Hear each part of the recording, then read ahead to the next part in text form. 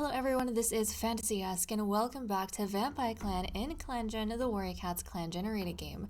When we left off in the previous episode, we had some healing vampires and Master Honeybloom, our pregnant cat, moved into the nursery in preparation for the litter she was about to have.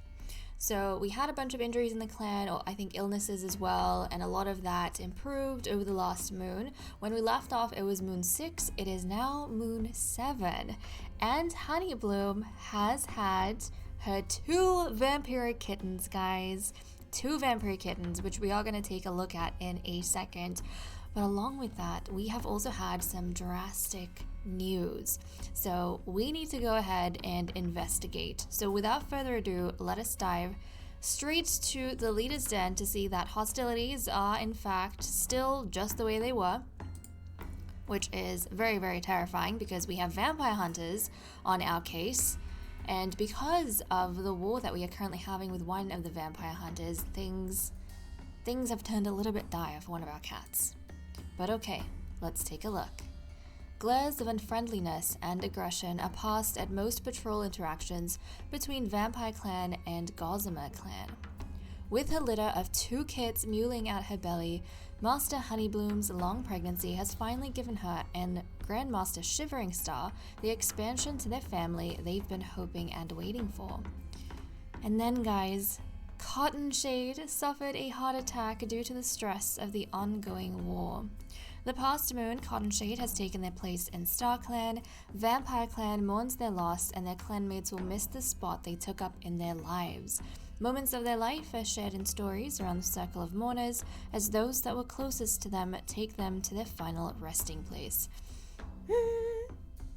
This makes me so sad, because Cottonshade had one of the prettiest coats. It was like a white or a cream, and he had like those berry splotches that we actually said was like really warm witch's blood that somehow stained his fur permanently.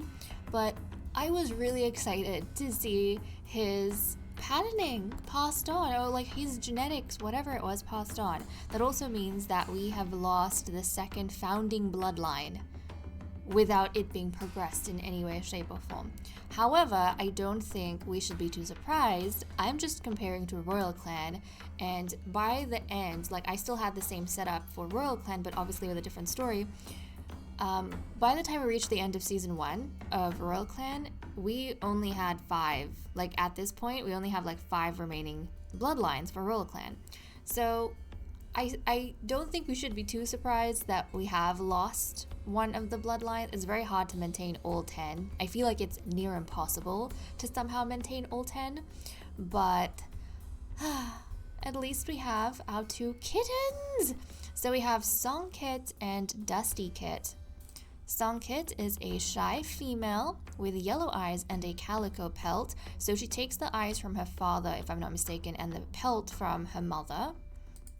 And then we have Dusty Kit, a noisy female with amber eyes and 2-color pelt. Now she gets the amber eyes from her mother.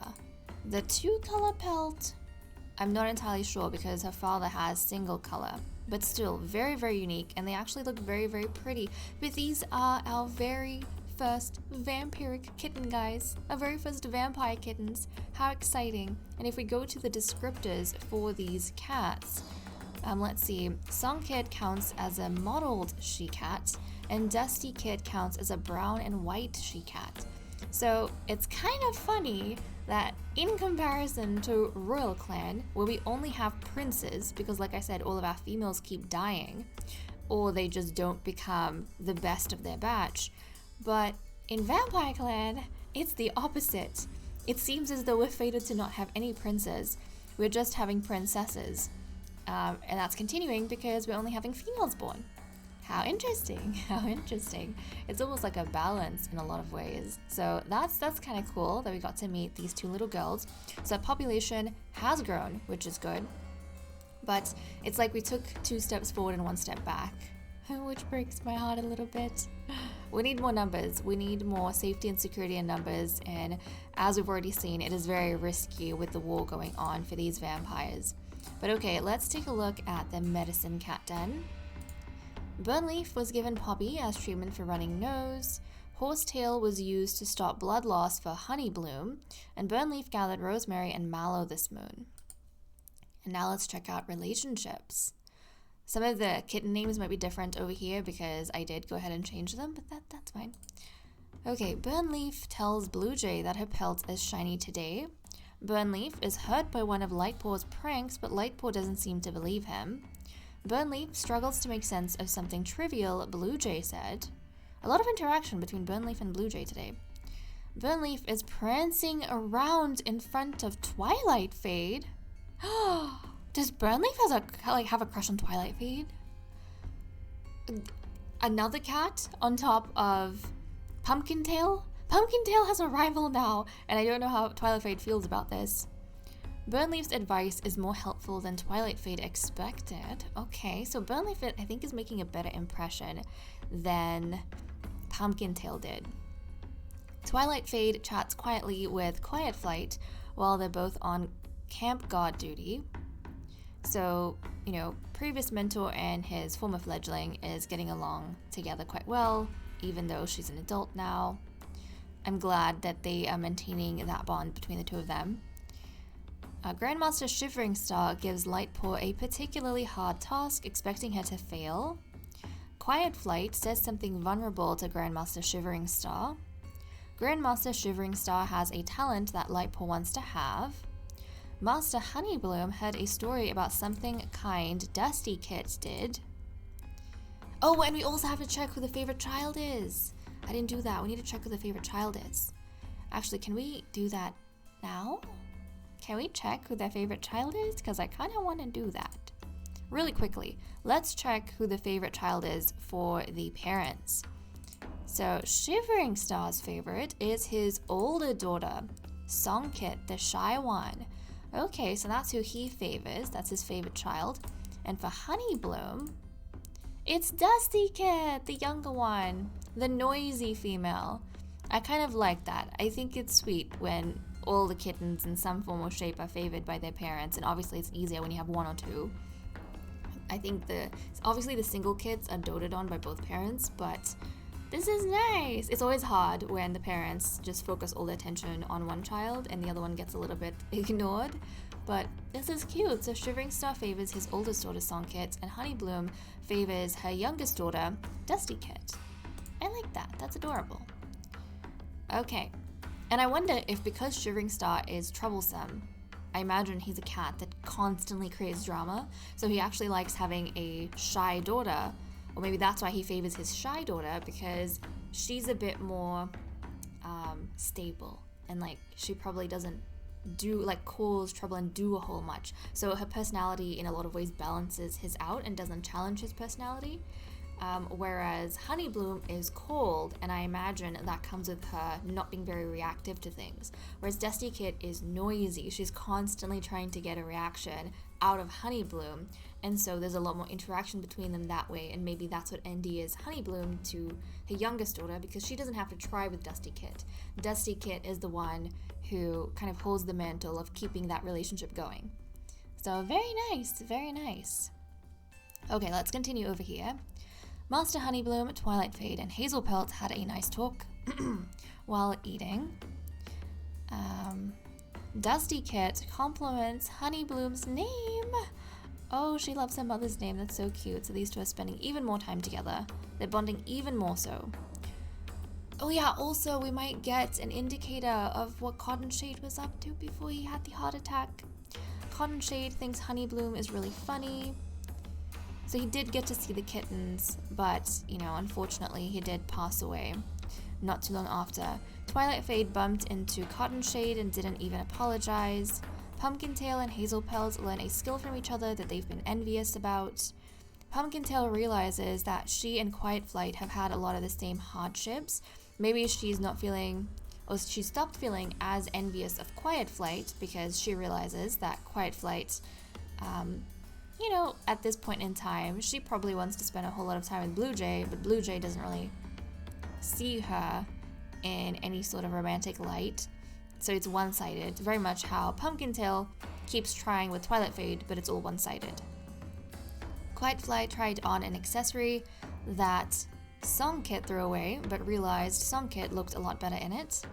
Quiet Flight and Blue Jay had a conversation where they realized they didn't have much in common. Oh no. Oh no. Hazel Pelt gets hit with waves of envy whenever Burnleaf is laughing with friends.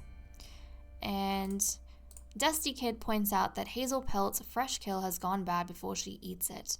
Or before he eats it. Okay, so that's all we have for our events. Let me cut the recording here and we'll continue with the cat list. Okay, let's continue with the cat list. So first up we have loyalties, where there has been some changes. So Shivering Star has now gained Burnleaf as a loyalist, and I think that is probably a lot to do with Burnleaf feeling a bit of pride towards the Grand Master right now for helping to grow the clan, you know, through the birth of Shivering Star's two daughters, his kits. And then you have Songkit and Dusty Kid, who are obviously going to be supporting their father as leader. So that's what we have for loyalties. Now, there were a few things that I noticed in relationships, which I wanted to go ahead and point out. There's actually, I think, two. So the first thing was with Burnleaf. Burnleaf, guys, does actually have a crush now on Twilight Fade, who he has befriended. So Burnleaf, he has not shown any interest in anyone else up until this point, but he is a lonesome cat, and maybe he started feeling lonely enough after seeing the leader having his kids and having his match, and he kind of wanted something like that for himself. Or maybe, you know, not even thinking that far ahead, but maybe he just wanted some sort of companionship. And I don't know what it is about our grumpy Twilight Fade that attracts these orange cats, but for some reason he does. So now Pumpkintail actually has a rival in Burnleaf, which I think is so interesting and adds drama. And we did see Burnleaf prancing around in front of Twilight Fade earlier on during events. So I think that's very, very fascinating. The other thing I noticed, or change I noticed, was with Quiet Flight. So Quiet Flight, guys, actually had a romance loss with Blue Jay, because if you remember, during events they were spending time together, and Quiet Flight, she realized that the more they were talking, the more differences she was finding between herself and Blue Jay. And I wonder if Quiet Flight kind of put Blue Jay in a bit of a pedestal, like on a pedestal, and had a certain version of Blue Jay in her mind that she was liking. But then, you know, as this, whatever this is progressing, she's kind of getting to know the real Blue Jay more, and maybe she's realizing that the Blue Jay that she was having a crush on is not exactly the same Blue Jay as the cat in question. Maybe Blue Jay has certain sides to her, certain dislikes, whatever else it is that kind of opposes Quiet Flight. Even though on the surface they might seem the same because they're both charismatic. So I don't know, but Quiet Flight, yeah, she's been reflecting a little bit, and I think she's a little bit stumped right now. I think Quiet Flight is a little bit stumped by the differences she's finding where she didn't think there would be any differences. So that's pretty much all I noticed for relationship change. Now we need to actually go ahead, guys. Since Grandmaster Shivering Star and Master Honeybloom have had their kittens, now the clan needs to see a new match. And I definitely wanted to go through the relationships that we already had, because I think this new match is definitely going to be adding some more drama to the clan, because Grandmaster Shivering Star has decided that the new match for Vampire Clan is going to be between Burnleaf and Pumpkintail. That's right. So Burnleaf and Pumpkintail are not only rivals for Twilight Fade at this point, but now they're going to be matched to have a litter, and I don't know how the heck that is going to work out, but I think it was just wonderful timing for Burnleaf to decide in this very mood that he was going, or that he was going to start having feelings for Twilight Fade, because that just adds a whole new layer to this new match that's about to be made. So Burnleaf, he is going to be paired up with Pumpkintail, I mean, he's lonesome. Pumpkintail is shameless. They're not compatible. I don't really know how this is gonna work out. But they both like have orange pelts. They both have greenish eyes. So this is kind of interesting. So let's go ahead and make this particular pairing. And also we need to make sure that Burnleaf is able to have kits, and so is Pumpkintail. Okay, I think Twilight Fade, because when I was looking in Twilight Fade's relationship, Twilight Fade doesn't have like a romantic interest in anyone right now. Not Burnleaf, not Pumpkintail. If anything, he might actually be glad that the two cats that were pursuing him, they're kind of gonna get off his back a little bit because now they have to focus on each other. So I feel like for him, that would be like a, whew, like, you know, a wonderful escape. Okay, let's go over to Hazel Pelt now, our Whisper. And he's actually going to be whispering between Burnleaf and Pumpkintail. Now these two for now are going to obviously be seriously considering each other and whether or not they want to have kittens with the other cat. They also obviously know that they are rivals for Twilight Fade, so I don't know if they're going to be willing to listen to the whispers. But let's go ahead and yes, okay. So romantic interest, respect, comfort has increased, jealousy and dislike have decreased. So I suppose Burnleaf and Pumpkintail maybe at this point are able to kind of set their personal feelings aside and think about the betterment of the clan and maybe the kind of the, I think, goodness of their match from a like pedigree standpoint. Not only because of their appearance, but obviously the clan has just lost our second founding vampire. We just lost Cottonshade, and I think they would know and recognize the importance of getting the bloodlines going, right? So, if anything for Pumpkintail, maybe her choice personally would have been Twilight Fade, because they could have biological kittens, but for Burnleaf, that's not an option. He can't have kittens with Twilight Fade. So I think for him, this match is probably not as big of a conflict when it comes to his own personal feelings. But it's good to see that they're kind of on the same page right now, because they have the same amount of romantic increase. Okay, so that's done and dusted. Now let's go ahead and see what everyone is doing for the day. Grandmaster Shivering Star wishes he had wings so he could catch birds easier. Master Honeybloom catches extra prey for Leaf Bear. Burnleaf is crushing leaves under his paws in the medicine cat den. Hazel Pelt saw some kitty pats playing with colorful moss balls. Twilight Fade is craving the taste of shrew. Pumpkintail is playing a prank on Burnleaf. Oh my goodness. So she's already getting along quite well with Burnleaf, it seems. Oh, who knows? You know what? She is getting along well with Burnleaf, maybe feeling a little bit playful. And I suppose as a shameless cat, she doesn't really feel like Burnleaf is a hindrance to her pursuing Twilight Fade. You never know, but it could be that she doesn't feel like that's a hindrance at all, because those two are separate matters, right? Blue Jay is not looking forward to the sparse hunting in Leaf Bear. Quiet Flight complains about being sent on dusk patrol. Lightpaw hopes the deputy won't assign her, the master won't assign her to the dawn patrol tomorrow. Songkit snuggles up to the belly of Master Honeybloom, and Dusty Kit snuggles up to the belly of Master Honeybloom, which is so adorable. So, okay, that's what we have going on. And very quickly, I wanted to get a reminder on the genetics we're working with Burnleaf and Pumpkintail. So, Burnleaf has green eyes and a single stripe pelt. Pumpkintail, and I do like the single stripes quite a bit. And Pumpkintail has sage eyes and a tawny pelt. And the descriptors say, so Burnleaf is a long-furred, dorsal striped dark ginger and white tom. And then Pumpkintail is a long-furred dark ginger / black tawny and white she-cat. So yeah, they've got some very interesting genes between the two of them. It's definitely going to give us variation in the clan.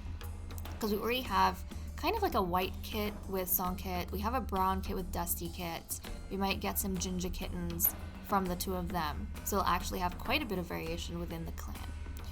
But okay, let me cut the recording here and we'll continue with patrols. Okay, let us resume with our patrols. We currently have 37 prey and we need 23.5, so we don't have to worry about hunting or anything like that.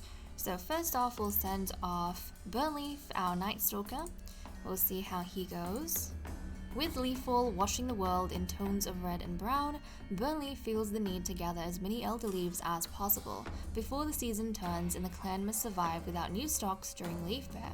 There's a particular tree in a sheltered dip along a stream he wants to check on today. So proceed. Unfortunately, the elder tree Burnleaf has picked out seems to have a bug infestation of some kind, and he doesn't want to use these tattered, diseased-looking leaves. Okay, that is fine. And then we'll send out our patrol of 6. So we obviously have Twilight Fade sticking very close to his apprentice, Lightpaw. And then we have Blue Jay, Grandmaster Shivering Star, Pumpkin Tail, and Quiet Flight. So let's see how the 2 of these cats go.